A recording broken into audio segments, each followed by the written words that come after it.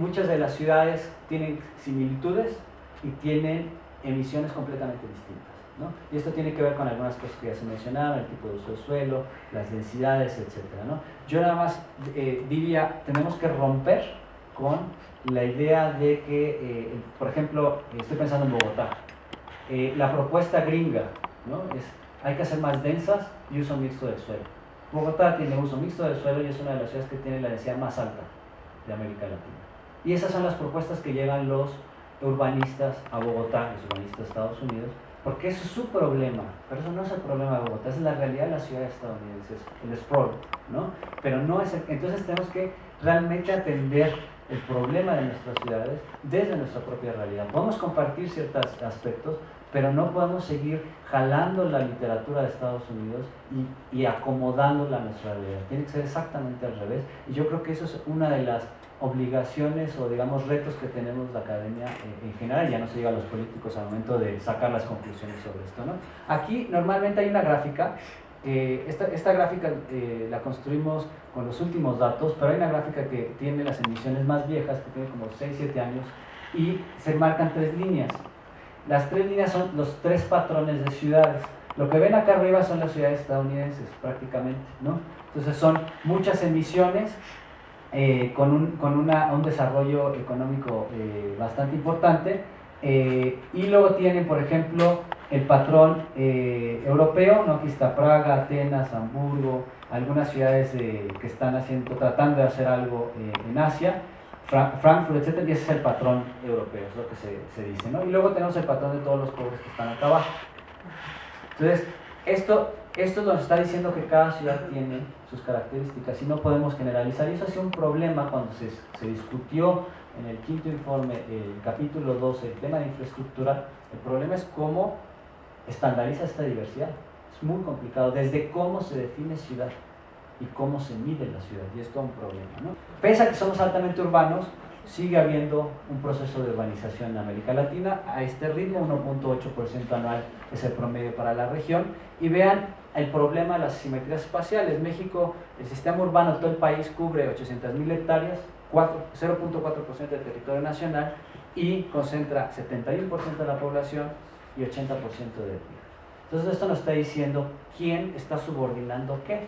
O sea, el 0.4% del territorio nacional subordina el resto del país, porque el resto del país es el que abastece de recursos naturales estos espacios urbanos.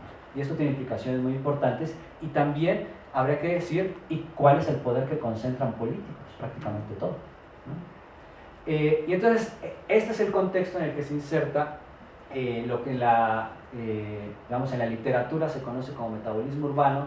Viene desde Guedes, desde Montfort, ya hay inicios de esto.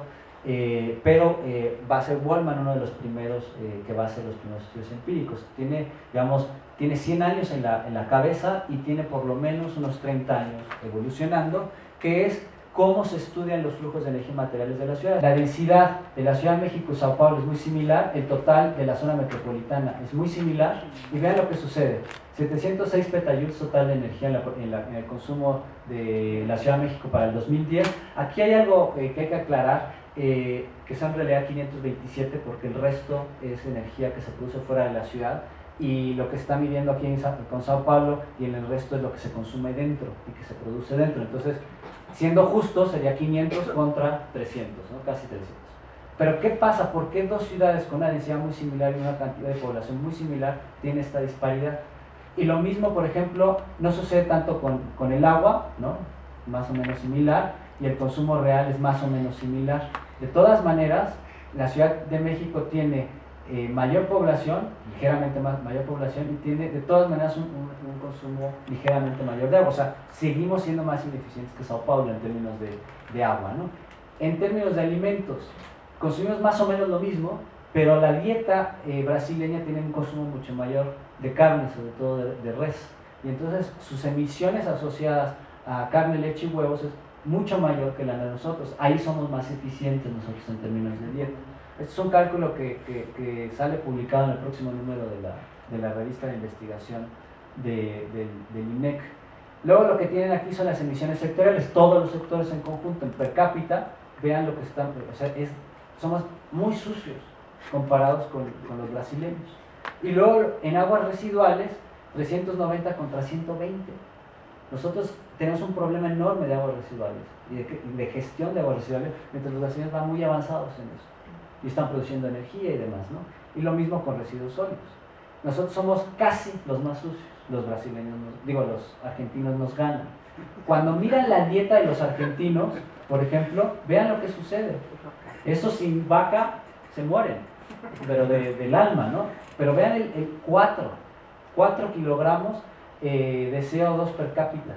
Estamos hablando al día, asociado a su consumo de alimentos cárnicos y derivados, ¿no? Entonces esto nos está diciendo que sí hay similitudes, por ejemplo Río y Buenos Aires sería lo mismo, y cómo hay diferencias. Nada más me detuve en la Ciudad de México y Sao Paulo, pero Río y Janeiro serían lo mismo. Y luego, por ejemplo, si miramos el caso de Quito, que son ciudades pequeñitas, aunque son pequeñas, que podrían ser muy manejables, podrían fácil, bueno, no sé si fácil, pero mucho más fácil apostarle al tema de la resiliencia, pues no, siguen siendo igualmente ineficientes, ¿no? Entonces, me faltan 2 láminas. Lo que tenemos aquí es el stock, porque tendría que aclarar algo. Esto lo que se está midiendo aquí son flujos rápidos, entran y salen, pero no son los flujos que se quedan. O sea, el metabolismo lo vamos a medir en 2 cosas: flujos, todo lo que entra y sale, y el stock, lo que se queda por un tiempo más o menos largo, que será toda la infraestructura. Entonces, lo que hicimos para la Ciudad de México, solo para el Distrito Federal, fue calcular ese stock en términos de toneladas de materiales. Tiene un montón de supuestos y tiene un montón de problemas los supuestos. Solamente lo que hicimos fue agarrar los criterios más bajitos para ser muy amables con la Ciudad de México. No me da tiempo a explicar la metodología, pero aquí tienen el total de toneladas de materiales. En el próximo cuadro, acá abajo hay una explicación, que lo borré, que es la explicación metodológica, porque hasta que no se ha publicado no les cuento.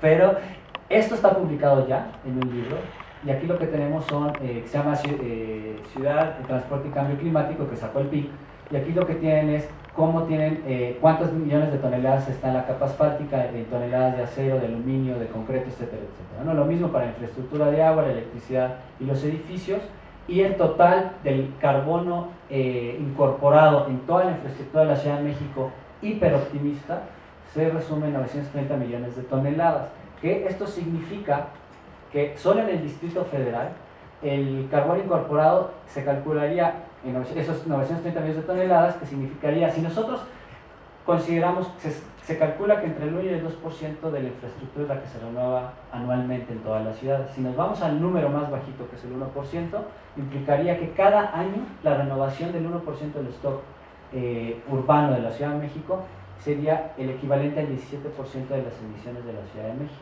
Entonces, esto es cuando yo digo, son súper optimistas los planes de acción. Y por último, nada más haría un comentario de que yo sí difiero en que el plan de acción de cambio climático de la Ciudad de México haya sido el gran éxito. Yo creo que fue un éxito político, sin duda alguna, pero un éxito de mitigación de emisiones la meta eran 7 millones, salieron a comunicar en el informe que pasaron la meta, ¿no? Ligeramente, pero si uno hace el cálculo, son 5 años, el primer año se emitieron 51 gigagramos, y el último año se emitieron casi 55 gigagramos, y el resultado es que fue menos del 3% las emisiones que se redujeron.